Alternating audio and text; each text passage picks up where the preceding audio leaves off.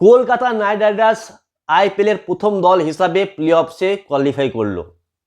12 match খেলার পর 9টি match জিতে 18 পয়েন্ট নিয়ে কলকাতা এখন পয়েন্টস টেবিলে 1 নম্বরে রয়েছে।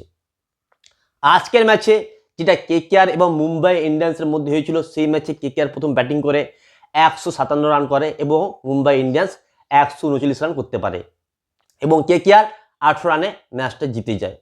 এই ম্যাচ জেতার সঙ্গে সঙ্গে কেকেআর নামের আগে কিউ লেখা হয়ে যায়, অর্থাৎ কেকেআর কোয়ালিফাই করে গেছে প্লে অফসে। এখন প্রশ্ন হচ্ছে যে এই ম্যাচটাতে তো কেকেআর জিতে গেল, কিন্তু কেকেআর দলে কি কি বিগ কনসার্ন রয়েছে। কেকেআর এবং মুম্বাই ইন্ডিয়ান্সের মধ্যে যে ম্যাচটা হয়েছে সেখানে 16 ওভারের ম্যাচ হয়েছে। এই 16 ওভারের ম্যাচে নিয়ম অনুযায়ী একজন বোলার সর্বোচ্চ 4 ওভার বল করতে পারবেন এবং বাকিরা 3 ওভার করে বল করবেন। সেখানে মিচেল স্টার্ককে মাত্র 1 ওভার বল করতে দেওয়া হয়েছে এবং ডেথ ওভারে বল করতে দেওয়া হয়নি। তার পরিবর্তে হর্ষিত রানেখা দিয়ে বল করিয়েছেন এই শ্রেয়স আইয়ার। অন্যদিকে 4 ওভার বল করেছেন কে? বরুণ চক্রবর্তী। সুনীল নারায়ণও কিন্তু ভালো বল করেছেন, কিন্তু বরুণ চক্রবর্তীকে দিয়ে 4 ওভার করানো হয়েছে। বরুণ চক্রবর্তী 4 ওভার বল করে 17 রান দিয়ে 2 উইকেট নিয়েছেন। দুর্দান্ত বোলিং করেছেন এবং এর জন্য তিনি প্লেয়ার অফ দ্য ম্যাচও হয়েছেন। তো এই বিষয়ে কোনো সন্দেহ নেই যে শ্রেয়স আইয়ার দুর্দান্ত ক্যাপ্টেন্সি করছে, কিন্তু সব থেকে বিগ কনসার্ন হচ্ছে যে শ্রেয়স আইয়ার নিজেই ব্যাটিং করতে পারছেন না। তিনি সুপার ফ্লপ। মুম্বাই ইন্ডিয়ান্সের বিরুদ্ধে মাত্র 10 বলে 7 রান করেছেন এবং বাকি ম্যাচগুলোতেও তিনি পারফরমেন্স দিতে পারেননি। অন্যদিকে রিঙ্কু সিং তিনিও ফর্মে নেই, তিনিও ঠিকমতো ব্যাটিং করতে পারছেন না।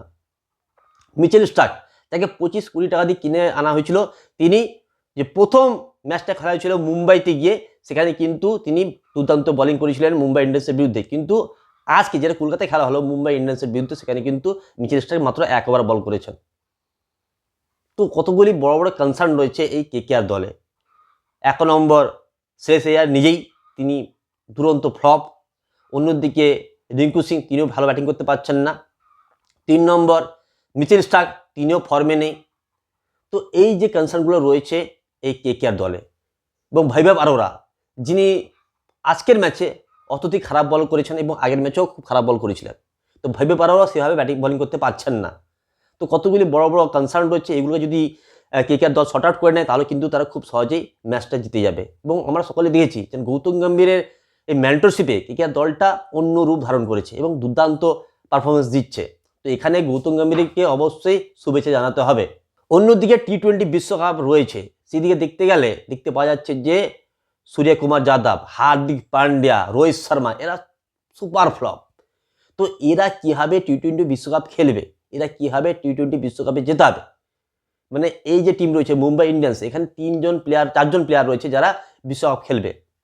1 নম্বর রোহিত শর্মা নিজে, সূর্যকুমার যাদব, হার্দিক পান্ডিয়া এবং জসপ্রীত বুমরা।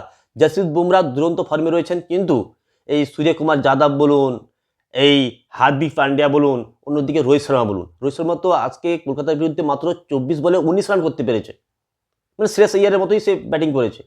তো শ্রেয়স আইয়ার তো বিশ্বকাপ খেলবে না, খেলবে কে? রোহিত শর্মা। তো রোহিত শর্মা খুব খারাপ ফর্মের মধ্যে রয়েছেন। তো এই ধরনের খেলা খেললে তিনি কীভাবে বিশ্বকাপ জেতাবেন, এটা সবথেকে বড় প্রশ্ন। এবং লাস্ট 7টা ইনিংসে তিনি ভয়ঙ্কর খারাপ পারফরমেন্স দিয়েছেন এই রোহিত শর্মা। তো রোহিত শর্মা এই ধরনের ব্যাটিং তো কিছুতেই জাস্টিফাই করা যায় না। এটা খুব বড় একটা কনসার্ন টি-20 বিশ্বকাপের ক্ষেত্রে। কিন্তু কেকেআর খুব ভালো খেলছে, কেকেআর এখন নাম্বার 1-এ রয়েছে। এখন দেখা যাক বাকি 2টা ম্যাচে কেকেআর কী করে।